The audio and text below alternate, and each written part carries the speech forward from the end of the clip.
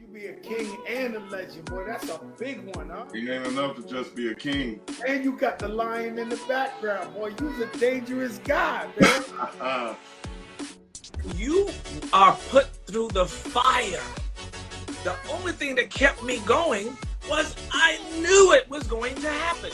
I believed it was going to happen. So I used to print out that list, and I would put my name at the top. I would white out the person at the top, and I'd put my name.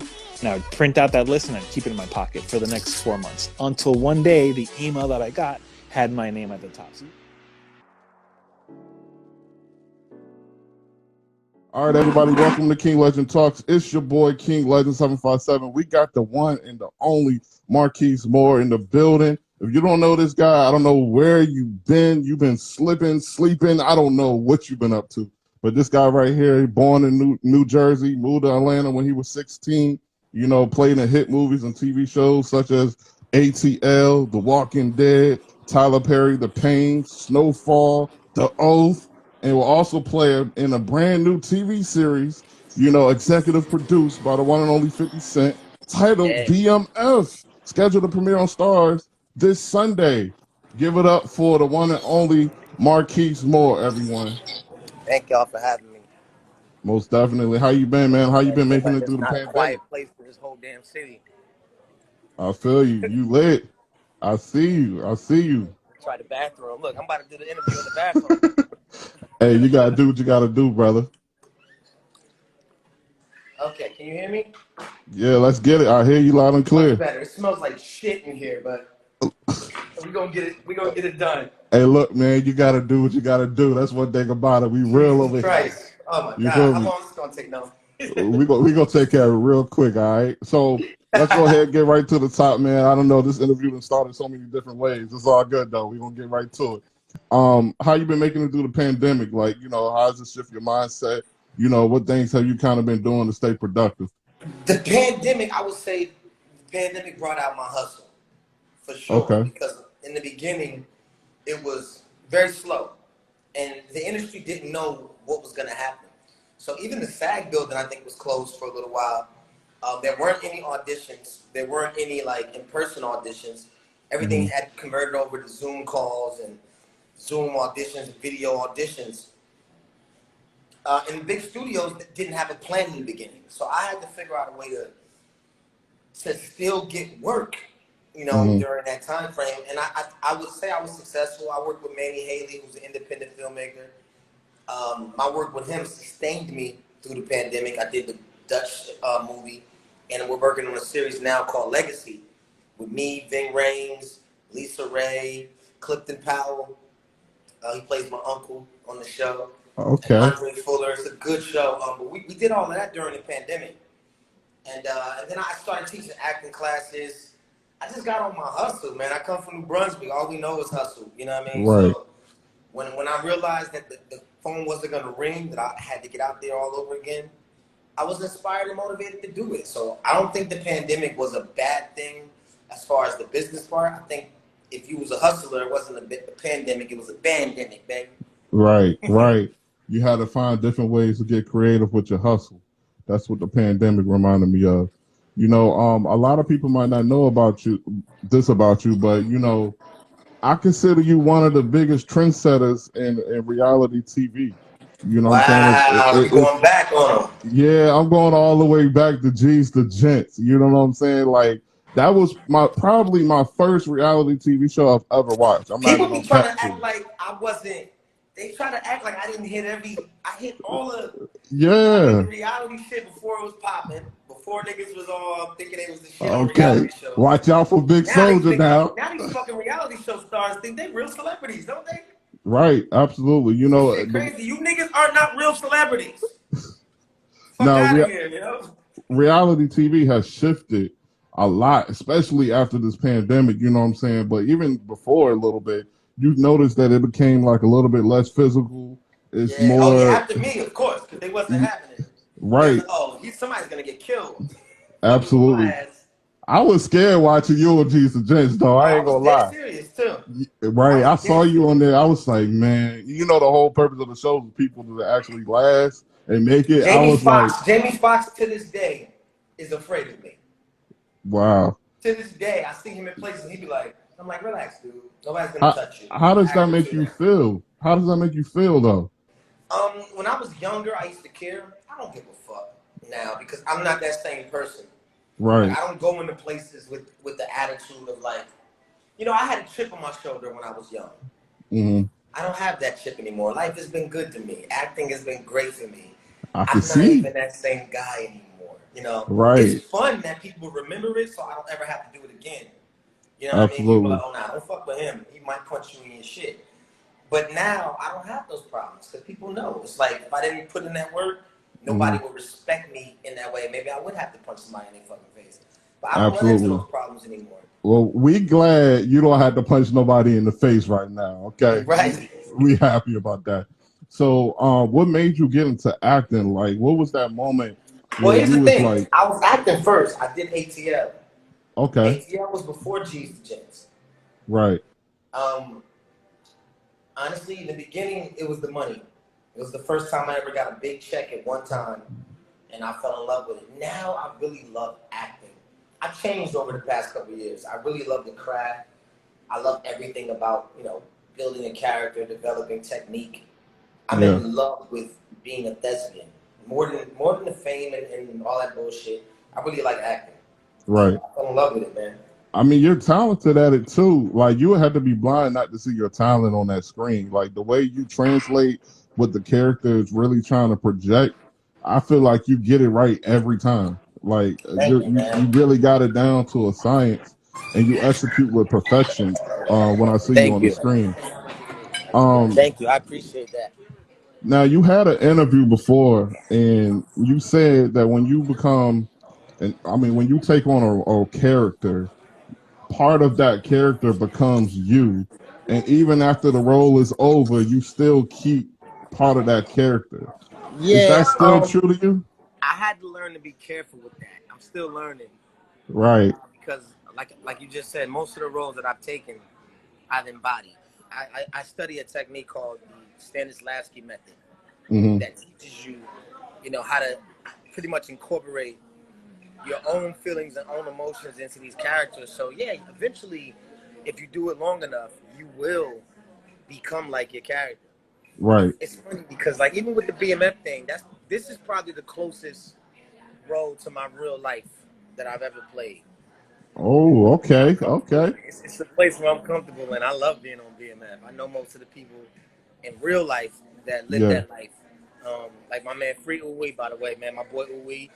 Uwe, I was on the phone with Uwe every day when we was filming this shit. You know what I Right. mean? So, and they're proud of me. They're like, yo, you was really there. So for you to be acting in this shit, I'm the only actor on this show that was really there. Right. You know what I mean? So it's a blessing, man. Yeah, the lines get blurred when you acting and yeah, you can become the character. I think what most actors should do is get therapy. You know what I Okay. mean? I think Okay. therapy is important. I So haven't been. y'all hear it. Marquise Moore said therapy is very important. Therapy is important. I definitely believe in that. So, speaking of therapy, I assume you've been to therapy since you're I saying it's have been to important, therapy. I was in marriage counseling. You know, I was married, man. I'm divorced now. right? And I went what through I all of will that. ask is, how has therapy changed your life for It the changed better me a or for lot. I worse? saw a different perspective in the way I think in my paradigm. Um, I just look at things from different perspectives now. Even last night, my little sister made me late to the premiere. She forgot her shoes, so we had to drive an hour and a half away to get her shoes.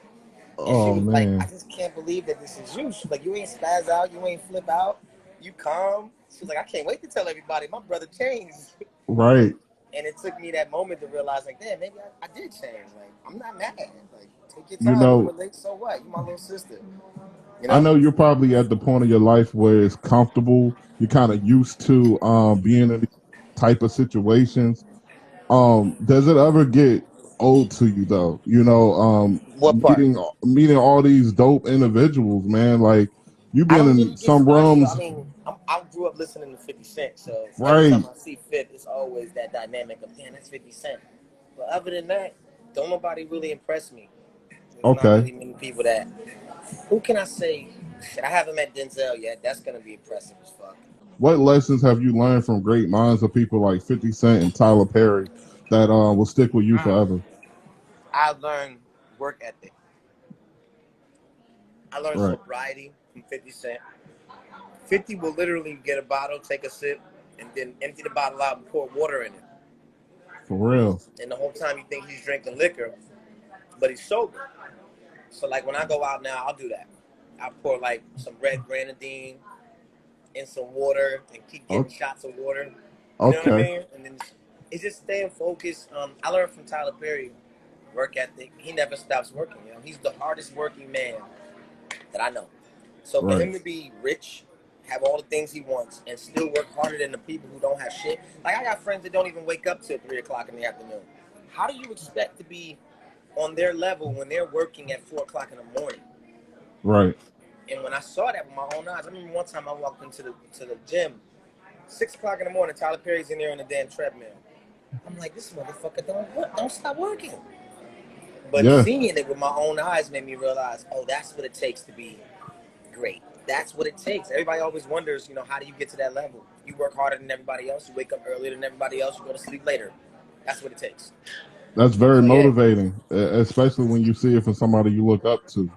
Yeah, man. And they're hard workers. These guys and then they leave no room for excuses. Like, what excuse can you make when you see somebody that works as hard as that? Right. Like, you really don't have any. You can't make an excuse.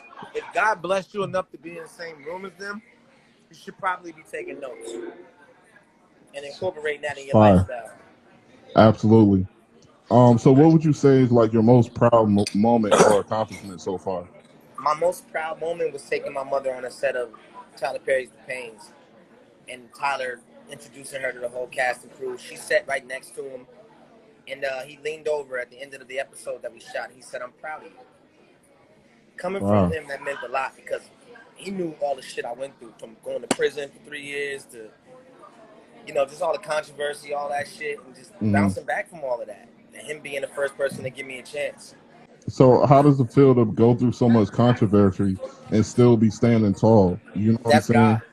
I can't thank anybody. I'm not supposed to be where I'm at. I'm not supposed to be making movies still. People who've been through what I've been through will be blackballed. They will be out of the industry. By the grace of God, he's opened doors that nobody can close. Amen. Amen. Couldn't have said it better myself right there. Now, if you can go back in time with the knowledge you have today, what would you tell the younger version of yourself? Don't do drugs. Don't do drugs. That's what I would tell my younger self. Don't do drugs. That's real. That's real right there. Straight up. That's what I would tell them. What advice could you give? We don't count, too, with all people out there. We don't count. He said don't do drugs, but we don't count, okay? Weed does not count. What advice would you give an actor who's interested in getting a film but don't have any connections or background? First thing I would ask them, why they acting? Why do you want to be an actor? Do you want to be a celebrity? Do you want to be famous? Then you're talking to the wrong guy. Right. If you want to be famous, go punch somebody in the face and have somebody record it for you. You'll get pretty famous like I did. But if you want to be an actor, study, take classes, always do monologues, always be in it. Never stop acting. And you can always be acting. There's enough work. You can create work. If you're looking for an opportunity, make one. There's nothing stopping you from grabbing the camera and doing a monologue. You know? Absolutely. But if you want to be famous, there's shortcuts. You can do a lot of shit to be famous. It's all in what you want. Especially in today's society with social media, so many people are getting famous just by going viral. I think that really has changed the game in general. What is fame? Like, I feel like that should be a question nowadays. What is fame? What is fame? Right. When there's so many different levels. To be honest, because it comes and goes. Like, I was famous and broke. That's the worst kind of fame. Motherfuckers recognizing you and seeing you, and I ain't have $1 in my pocket. Now, I got a nice little bank account. I'm in the house. Motherfuckers don't even see me. Right. I don't even go outside. I'm so happy and content with what I work hard to get. Right. I don't feel the need to show it off. I think famous people always want to show you what they have, and it's almost like they're putting it in your face so that they can stay relevant. I don't really care about that, to be honest with you. You know? That's the truth. So I would say fame is not really my game. Absolutely. And what's more important when it comes to the industry, like the entertainment industry? Is it who you know or is it what you know? Both. Damn, that's a good question. But who you know doesn't really do nothing for you if those people don't respect you for what you bring to the table. Right. So I think with me, it's been the consistency. A lot of people have been watching me grow, my growth, and I've been consistent. You know, I do what I do well, and I don't step in anybody else's lanes. I don't step on toes. I stay in my Right. fucking lane. I stay out the way, and people will recognize you if you got a talent enough. So who you know, I think, doesn't really mean much because if you're working hard enough, the people that you need to know will know you. Right. Trust me, they'll get to you. They'll find out about you. Absolutely. Now, one of the things I discovered about you recently that you was into music as well.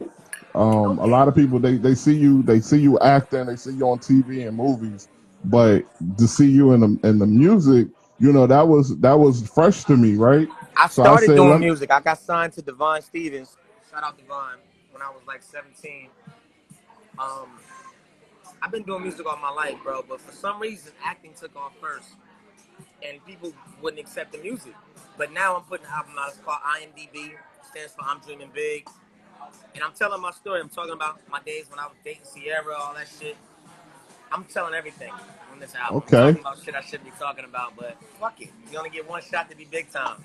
okay. Is it gonna be messy or is it gonna be like it's gonna be clean? Nah, it's not clean.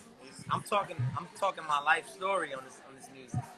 So when IMDb come out 10-4, just a lot of people might want to tune in and see if their name might pop up. Ooh, okay. Oh no, it's about to be a little It's like a spicy around tell-all here. album, put it that way. I got you. I got you. So, you know, I would, like I said, I was taking a moment to listen to some of your music, and I was actually impressed, my brother. Thank you, man. The Black Trophy.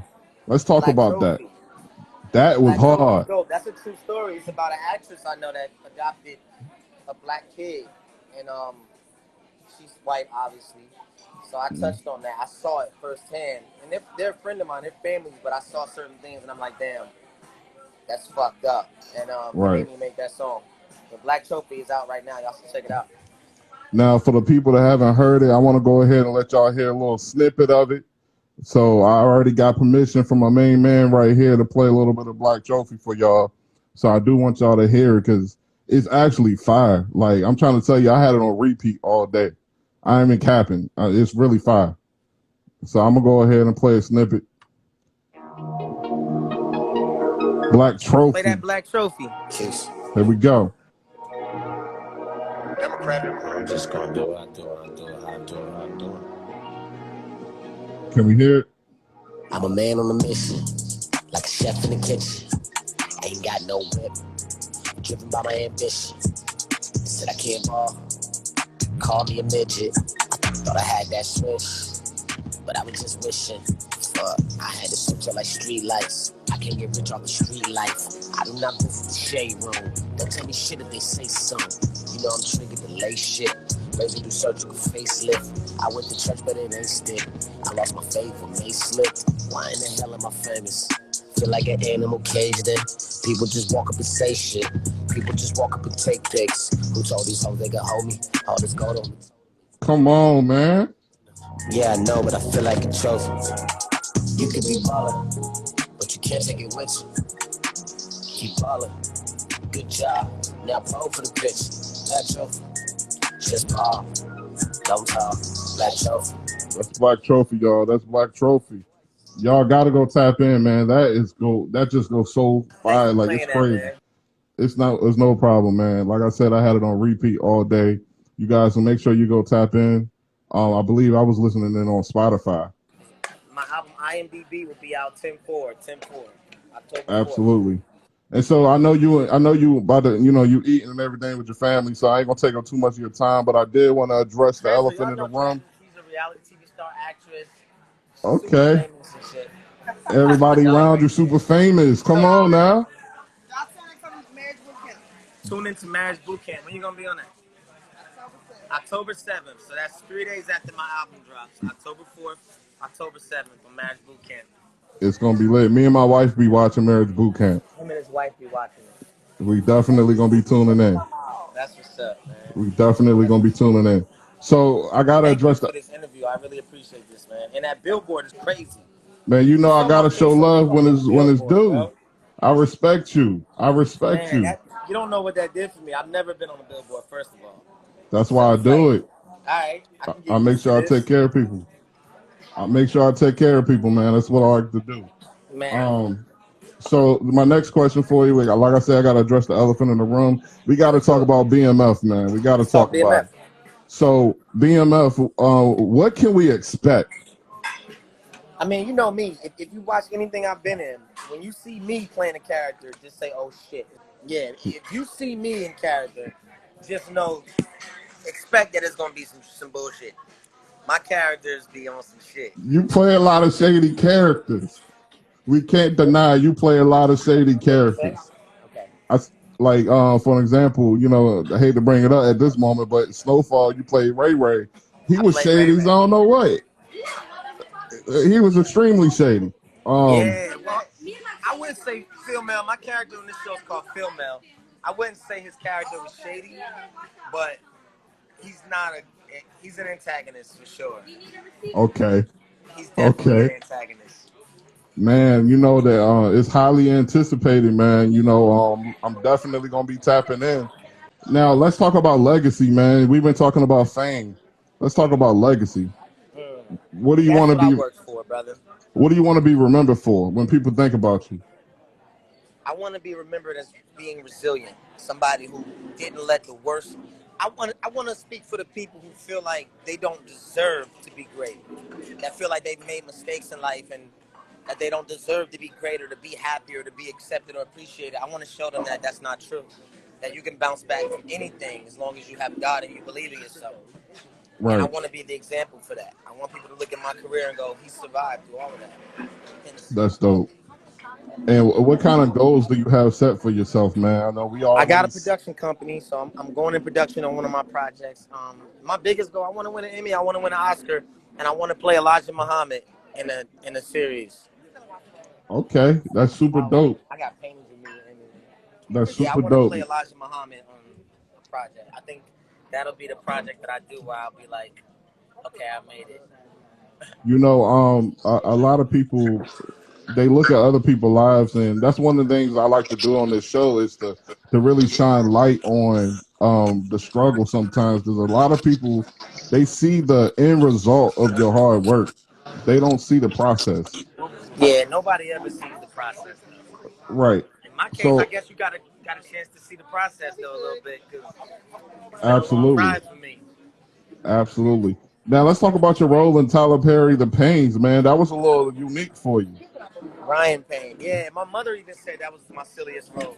Ryan was a Right. goofball. So to be able to play something that lighthearted was dope, man.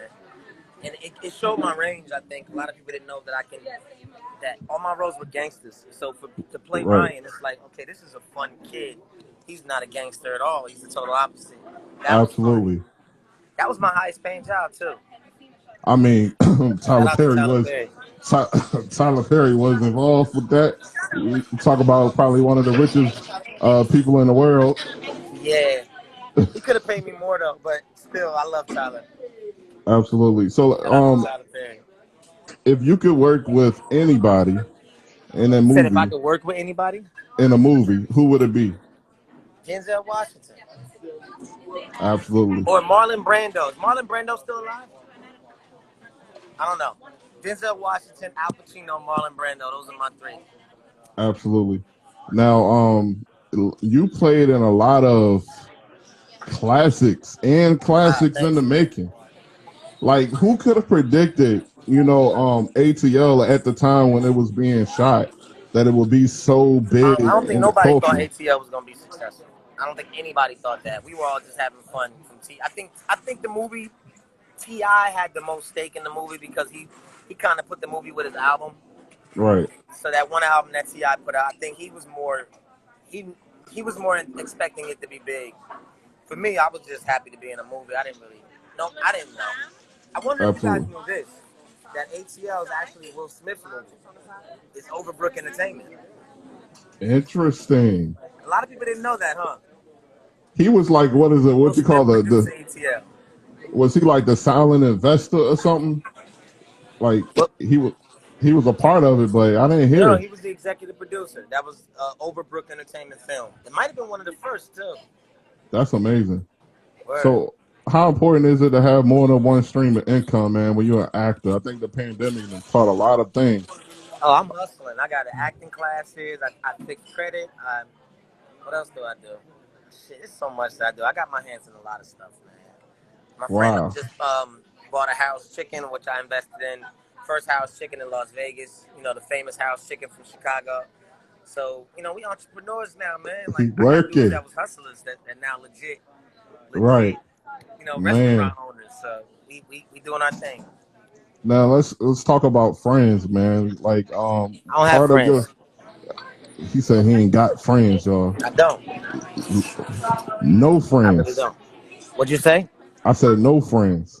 I don't have any friends. If they're around me, I'm doing business with them. 9 times out of 10. Right. I really don't. I can't say I have friends. Friends are liabilities, man. If y'all can't get no money Y'all together, need then to clip why do you? that. He said friends are liabilities. Yeah, friend is a liability. It's cool to have a friend when you're in middle school, high school. Friends are cool.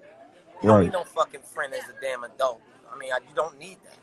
Preach to him. Friends That's can't do what's shit for you. absolutely. So my question was gonna be, how do you separate the two, or what advice would you give to someone that still, got those guys, they homies are still in the street doing their thing, but they trying to move in a different direction. Um, do it. Move in a different direction. You got to grow up eventually, man. You don't want to be no 50-year-old gangster. You like a fucking clown. Just Right. honestly. And then, because by then, only people around you is little niggas that you giving game to, and it's the wrong game because you an old nigga that should have been gave this shit up. So at the end of the day, nah, that shit corny. If you Right. feel like it's your time to separate yourself, do it. Do it. And don't look back. You know what I'm Right. saying? Because only thing they're gonna be good for is help you carry your casket at the end of the That's day. true. So nah, do you, man. Do you. You only get one life. Now, Steve Harvey, he always talking about taking risks and having that faith and taking that leap of faith. In your life, what was one of your biggest risks that you took that actually worked out for you? My biggest risk moving to Atlanta. I was And what was 16 that years like? old. I dropped out of school, and a friend of mine had a girl who was driving down to Atlanta, and I got in the car. That was my biggest risk because I didn't know nobody. I didn't have shit, nothing. And you just Nothing. went. I just went, and I remember when I drove in, the irony, the first thing I saw was a big ass billboard that said "The world is BMF." That was the very first thing I saw when I came to Atlanta. I'm like, yeah, this is where I need to be. And I just That's started wild. hustling. I was a bootlegger. I sold liquor on Clark campus. We It was heard called about Tiffany's that. actually, for those that remember that shit. It was pretty big. And then I met Devon Stevens. I got a record deal, and the rest is history, man. Man, that's super dope, man. Like literally, that's fire. Taking risks is hard to do, man. It's not easy because it's no Shit, when you security hungry, there. you'll do it. Your stomach growling, you'll take a risk. You ain't Make got sure no it's the right choice. one. You ain't got no choice at that point. Yeah. You definitely ain't got no I've choice. always been hungry though, bro. Like I had a girl tell me the other day, she's like, "Oh, you got strong calves. You must work out." I'm like, "No, I ain't have a car for years.